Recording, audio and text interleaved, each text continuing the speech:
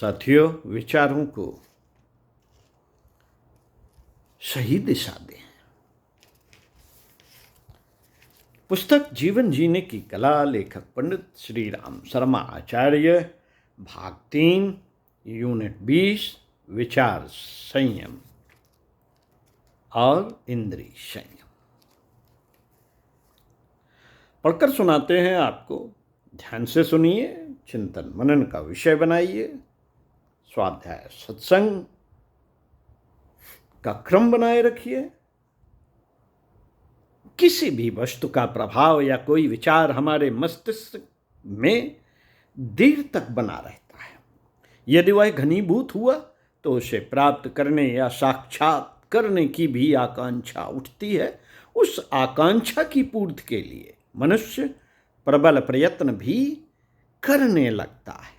अर्थात विचार मनुष्य को कोई कार्य करने तथा किसी दिशा में प्रवृत्त करने का भी कारण है। विषयों का चिंतन करने से उनमें आसक्ति उत्पन्न होती है। आसक्ति से कामना और कामना में विघ्न पड़ने पर क्रोध उत्पन्न होता है। क्रोध से मूढ़ता और मूढ़ता के कारण मनुष्य पथ भ्रष्ट हो जाता है, जिससे उसका विनाश होता है।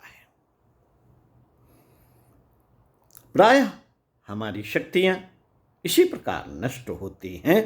जिन विषयों का चिंतन हमें नहीं करना चाहिए या जो विचार प्रत्यक्ष पतन की दिशा में धकेलने वाले लगते हैं, उन्हें सोचने समझने और मन के लड्डू खाते रहने में ही अधिकांश लोग अपना चिंतन और समय नष्ट करते हैं।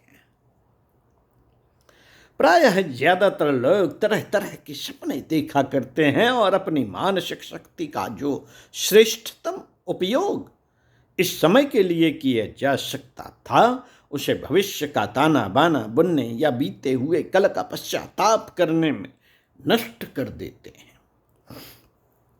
इस प्रकार के अपव्यय से हानि यह है कि हम अपनी मानसिक शक्तियों का लाभ उठाने से ही वंचित रह जाते हैं। अपनी शक्तियों को अवांछनीय दिशाओं में व्यय करना प्रत्यक्ष ही हानि उपस्थित करना है।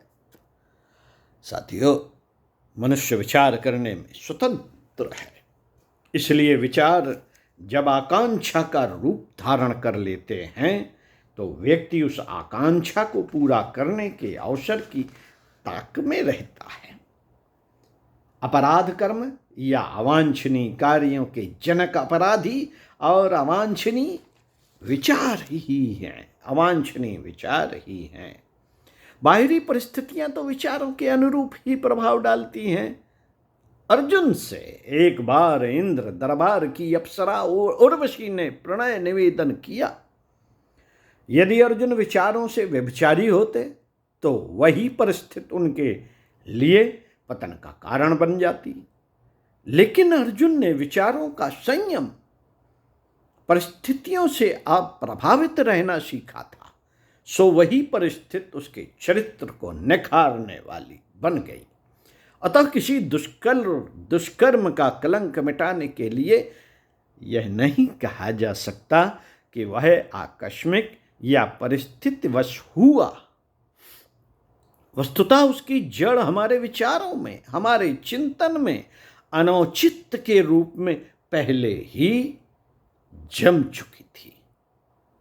चिंतन मनन का विषय। ओम शांति।